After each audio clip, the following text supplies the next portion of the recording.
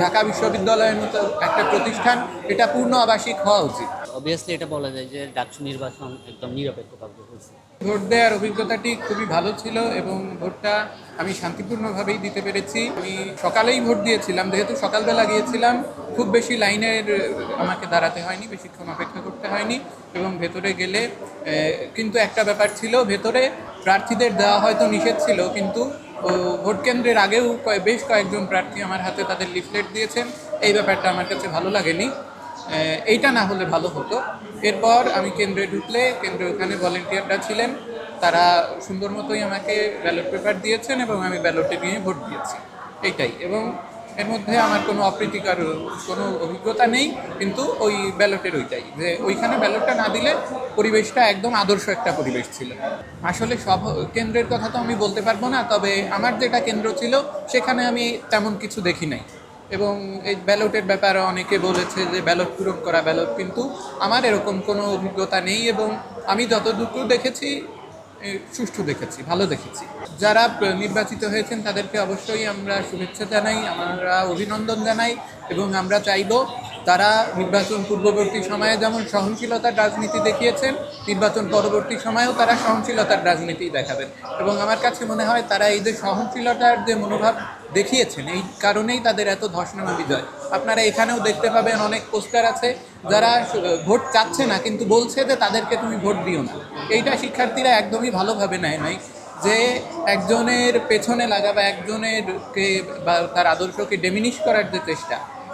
তো আমরা চাইব যে পূর্ববর্তী সময়ে তারা যেমন সহনশীল ছিল, পরবর্তী যতদিন এই ডাকসু থাকে ততদিন পর্যন্ত তারা এরকম সহনশীলই থাকবে এবং অনেকেই নিন্দা করবে, অনেকেই সমালোচনা করবে, অনেকেই হয়তো অনেক খারাপ ভাষাও ব্যবহার করবে, কিন্তু এটা মেনে নিতে হবে। এটা যতক্ষণ তারা আমার মনে হয় সহ্য করতে থাকবে ততক্ষণ তাদের রাজনীতি গ্রহণযোগ্যতা থাকবে।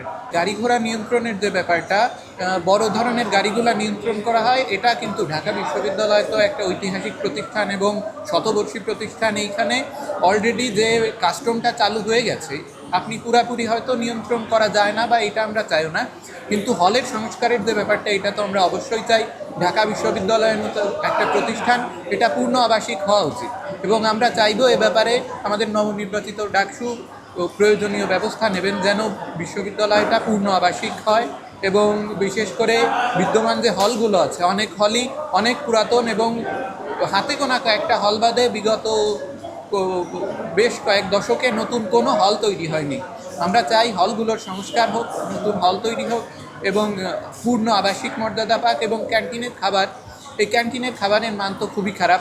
বিশ্ববিদ্যালয়ের যারা নিতান্তই দায়বদ্ধভাবে না আছে বা নিতান্ত বাধ্য না হয়ে কেউ বিশ্ববিদ্যালয়ের ক্যান্টিনে খেতে চায় না, সবাই বুয়েটে চলে যায় বা অন্যান্য হোটেলে খায়।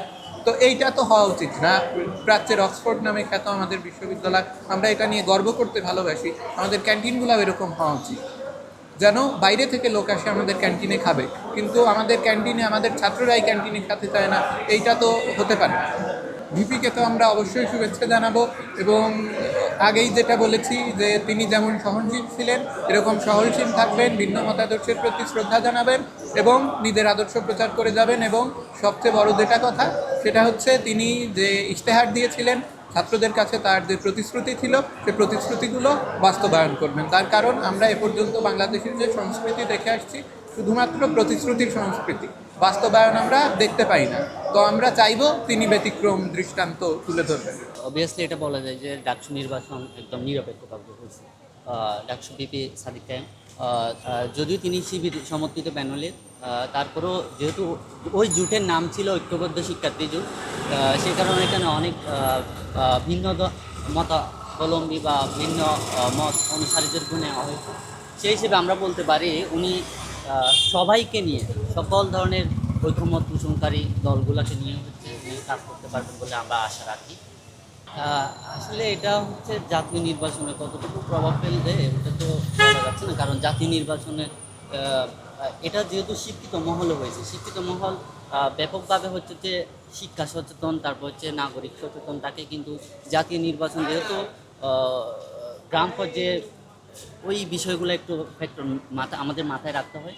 গ্রাম পর্যায়ের মানুষ যেহেতু অত সচেতন না, সেক্ষেত্রে হয়তো মানে কেমন প্রভাব পড়ে সেটা নিয়ে একটু সংশয় থেকে যায় আর কি। আচ্ছা। আসলে ওই হয়তো মানে উনি যথেষ্ট সবার পরিচিত মুখী ছিল, কিন্তু হয়তো ওনার যে মেসেজগুলো শিক্ষার্থীদের কাছে যথাযথভাবে হয়তো পৌঁছায় দিতে পারে নাই, অথবা তাদের দলের যে যারা ভোট, আমি নিজেও দেখছি তাদের দলের যারা আমাদের কাছে ভোট চাইতে গেছে আর কি, ওনারা শুধু নিজের জন্যই ভোট চাইছে, দলের জন্য চায়নি।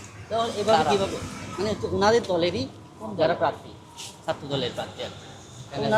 ওনারা নিজের জন্যই চাইছে, কিন্তু দলের জন্য কেউ ভোট চায় না। তাহলে সাদিক কীভাবে কায়েম এরা কিভাবে চাইছে? ওনারা হচ্ছে দল ভিত্তিক চাইছে, পুরা কারা? দলে প্যানেল ঐক্যবদ্ধ শিক্ষার্থী।